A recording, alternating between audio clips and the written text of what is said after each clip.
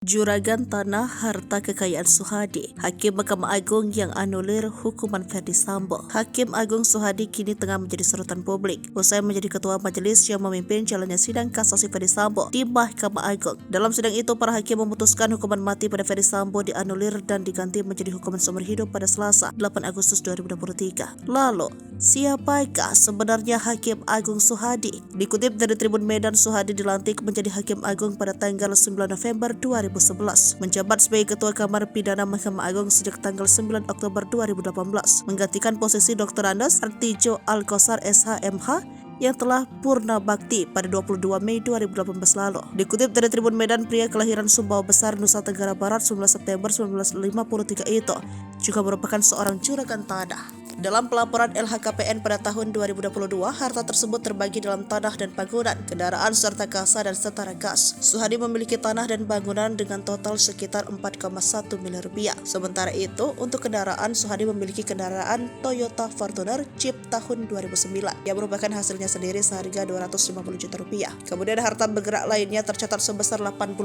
juta rupiah. Tak hanya itu, Suhadi juga memiliki kas dan setara kas mencapai 6,6 miliar rupiah. Dalam laporan LHKPN itu tercatat jika Suhadi tidak memiliki hutang. Sementara itu, dalam majelis hakim persidangan kasasi Ferdy Sambo, Suhadi tidak sendiri. Ia bertindak sebagai ketua majelis hakim, kemudian ada Soeharto Jopriyadi, Desnayeti, dan Yohanes Priyana. Dua di antaranya yakni Jopriyadi dan Desnayeti berbeda pendapat alias dissenting opinion. Kendati berbeda pendapat, penjelis hakim memutuskan untuk menganulir hukuman Ferdy Sambo jadi pidana penjara seumur hidup.